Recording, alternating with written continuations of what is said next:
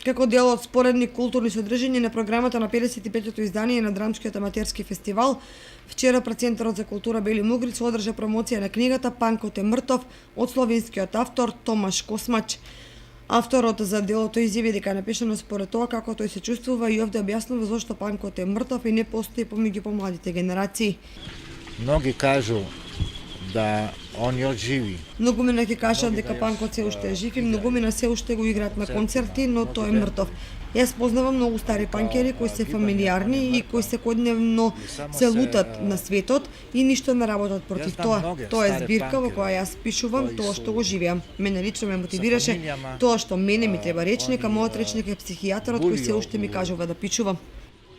Рачунало. Организаторите на ДАФ со посебна гордост го најавија и гостувањето на словенецот Марко Брецел, ексцентричен мултимедијален уметник, попознат како поранешен фронтмен на културниот југословенски рок бенд од 70-тите и 80-тите Булдожер.